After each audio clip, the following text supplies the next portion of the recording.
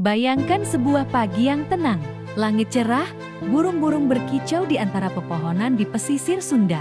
Anak-anak bermain di pasir pantai, para nelayan baru saja kembali dari laut. Lalu, langit berubah, gelap, panas, dan bumi mulai bergetar. Di antara laut biru dan pulau-pulau kecil di Selat Sunda, berdirilah sebuah legenda alam yang tak bisa dilupakan oleh sejarah, Gunung Krakatau.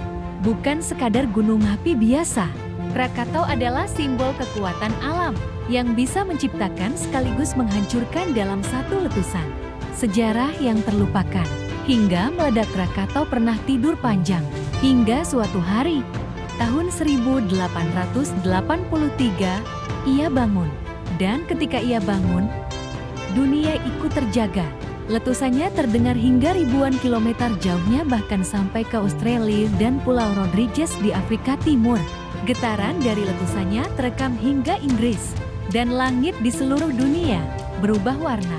Bayangkan, sebuah gunung meledak, dan efeknya dirasakan oleh seluruh planet. Suara ledakannya menjadi suara paling keras yang pernah terdengar dalam sejarah umat manusia. Tsunami, abu, dan kematian letusan itu bukan hanya meledakkan tubuh Krakatau menjadi serpihan. Ia menciptakan gelombang laut raksasa tsunami setinggi 40 meter yang menyapu puluhan kota di pesisir Banten dan Lampung. Lebih dari 36.000 orang tewas, mayat berserakan di tepi pantai, desa-desa lenyap tanpa jejak. Mereka yang selamat tak pernah bisa melupakan bau belerang, langit merah darah, dan suara bumi yang meraung. Dampaknya tak hanya di Indonesia, tapi seluruh dunia. Debu vulkanik dari letusan Krakatau naik ke atmosfer dan menyebar ke seluruh dunia. Matahari terbenam tampak lebih merah. Suhu bumi turun hingga 1 derajat Celcius. Gagal panen terjadi di beberapa negara. Dunia menangis, bukan karena mereka mengenal Krakatau, tapi karena Krakatau telah mengetuk jendela rumah mereka. Dari kejauhan, setelah kehancuran itu, semua orang mengira Krakatau telah mati. Tapi alam punya cara sendiri untuk menunjukkan bahwa ia belum selesai. Tahun 1927, dari bawah laut yang dulu menjadi kawah letusan, muncullah sebuah pulau kecil. Masih muda, masih rapuh, tapi membawa nama besar. Anak Krakatau.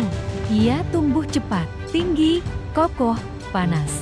Dan sejak itu, anak Krakatau tak pernah benar-benar tidur. Meletus hampir setiap tahun, mengeluarkan lava, awan panas, dan batu pijat. Namun, masyarakat di sekitarnya tetap hidup berdampingan, karena mereka tahu kehidupan dan kehancuran datang dari sumber yang sama. Krakatau bukan hanya gunung, ia adalah memori. Ia adalah luka yang mengajarkan bahwa manusia hanyalah tamu di atas tanah ini. Setiap debu yang menempel di kulit, setiap bau belerang di udara, adalah pengingat bahwa alam bisa memberi dan bisa mengambil dalam sekejap. Tapi dari kehancuran itu pula, tumbuh kehidupan baru. Pulau-pulau kecil yang dulu gersang, kini dipenuhi hutan tropis, burung, serangga, dan tanaman datang dan berkembang.